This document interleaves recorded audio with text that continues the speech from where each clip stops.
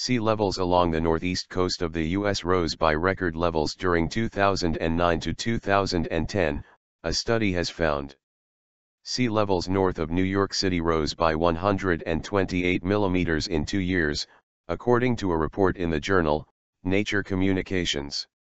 Coastal areas will need to prepare for short-term and extreme sea level events, say U.S. scientists.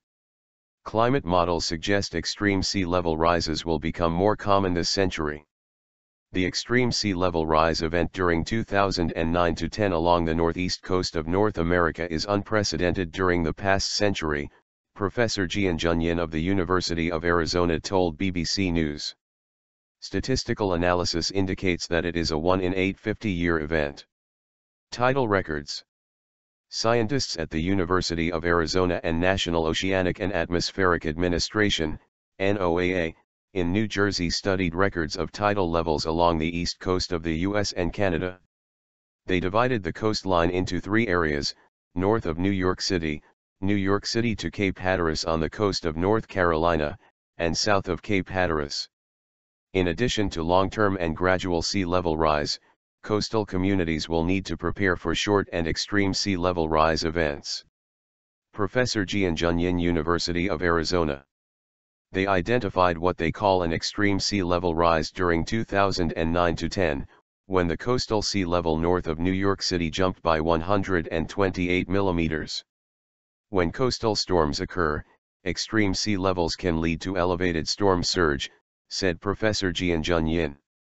In addition to long-term and gradual sea level rise, coastal communities will need to prepare for short and extreme sea level rise events.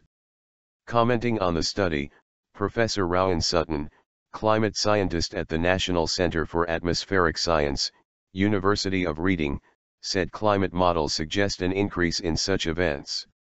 This study identifies a record-breaking high sea level event that occurred along part of the U.S. East Coast in 2009 to 10. There is strong evidence that the likelihood of such events has been increased by climate change, and that we should expect more such events in the future. This example illustrates how individual extreme events are influenced by multiple factors, in this case the global rise of sea levels, regional changes in ocean circulation, and wind patterns. Dr. Dan Hodson, also from the University of Reading, said the analysis underlined the importance of understanding the connections between surges in sea levels and ocean currents. Sea level change is a complex phenomenon, especially on the regional scale, where changes to the global ocean circulation can play a major role, he said.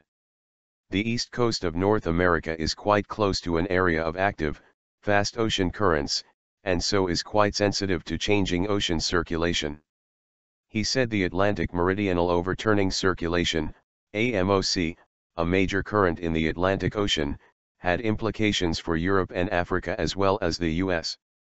Research at the University of Reading has shown how it could make British summers wetter and may influence rainfall patterns in parts of Africa.